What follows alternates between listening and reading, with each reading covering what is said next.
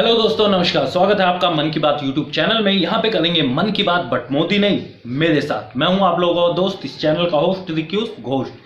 तो दोस्तों, सबसे पहले आज के टॉपिक की बात कर लेते हैं। तो दोस्तों, टॉपिक ये है कि जो ये कोवैक्सीन आई है, इसे किन किन बंदों को नहीं लगवाना चाहिए, क्योंकि ये चीज़ ध्यान रखनी चाहिए। और ये एलोपैथिक मेडिसिन है, कहीं कुछ आपका नुकसान न कर जाए। तो दोस्तों, इन सब चीज़ों के बारे में करेंगे खुल के बात, मगर लेते हैं उससे पहले एक छोटा सा ब्रेक। मिलते हैं ब्रेक के उस पार, जहां पे करेंगे फिर मन की बात।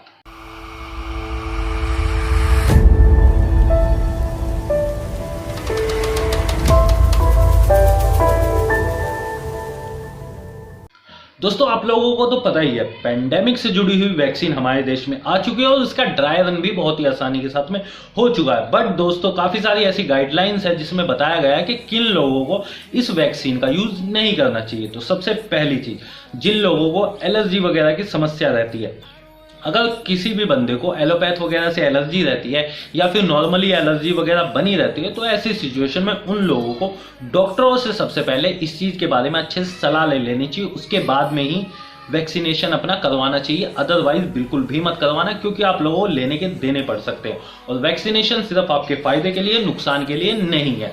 अब नंबर 2 पे आती हैं गर्भवती महिलाएं। अब गर्भवती महिलाओं को ये वैक्सीनेशन क्यों नहीं लेना चाहिए? क्योंकि दोस्तों, जब इनके ट्रायल्स वगैरह ये सारी चीजें रिकॉर्ड की गई थी, तो उस टाइम में ट्रायल से प्रेग्नेंट लेडीजों को बाहर रखा गया था। अब सपोज दैट अगर मान लो किसी भी प्रेग्नेंट महिला को लगा देते हैं और कुछ नुकसान हो जाता है, तो उसमें जिम्मेदारी किसकी होगी? तो ये सारी चीजें देखी जाती हैं, क्योंकि जब भी ट्रायल लिए गए थे तो उस टाइम पे प्रेग्नेंट महिलाओं को इन चीजों में बिल्कुल भी शामिल नहीं किया गया। इसीलिए दोस्तों, इस वैक्सीन का भी ये पता नहीं है कि प्रेग्नेंट महिला को लगने के बाद में आखिर ये क्या रिजल्ट दिखाएंगी, कहीं उसके बेबी को नुकसान तो नहीं पहुंचा रही। इन सारी चीजों का रिकॉर्ड अभी है नहीं, तो इसीलिए प्रेग्नेंट महिलाओं को इस चीज से दूरी रखा गया। अब नंबर 3, जो 18 साल से कम उम्र के बच्चे हैं, तो उस सिचुएशन में इन बच्चों को भी ये इंजेक्शन नहीं दिए जाएंगे अभी, क्योंकि दोस्तों ट्रायल पीरियड में 18 साल से कम उम्र के बच्चों के ऊपर कोई भी ऐसे टेस्ट वगैरह नहीं किए गए, ना ही कोई ऐसा ट्रायल का रिकॉर्ड वगैरह बनाया गया, ना ही ट्रायल हुए हैं इन बच्चों के ऊपर। तो अब ऐसी सिचुएशन में बच्चों का इम्यून सिस्टम डिफरेंट होता है, बच्चों की अलग अलग परेशानियां होती है, सबकी बॉडी डिफरेंट होती है। तो ऐसी सिचुएशन में उन बच्चों के लिए भी ये वैक्सीन का कोई भी ऐसा डाटा मौजूद नहीं है कि इसे 100% सेफ कहा जा सके। कहने का मतलब ये है दोस्तों, कहीं आप छोटे बच्चों को वैक्सीन लगवा दो और उसके बाद में नुकसान हो जाए, तो उससे पहले आप किसी ना किसी अच्छे डॉक्टर की सलाह जरूर ले लेना। क्योंकि दोस्तों, ये सारी चीज़ें हम लोगों को बहुत अच्छे से पता होनी चाहिए।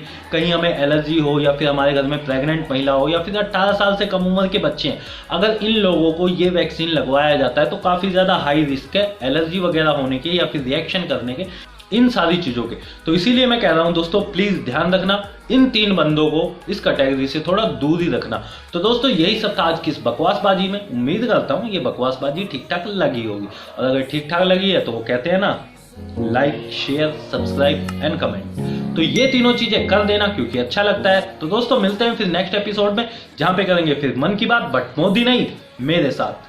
मैंने ही मिटानी ये बीमारी, मैंने ही तो जानी ये बेमानी, मैंने ही मिटानी भ्रष्टाचारी, मैंने ही संभाली जिम्मेदारी। सांपों से भरा है पूरा ये समुंदर, पीठ पीछे मारा है इन्होंने खंजर, इनसे हम सब लड़ेंगे अब मिलकर, इनकी जिंदगी अब बनेगी बंजर।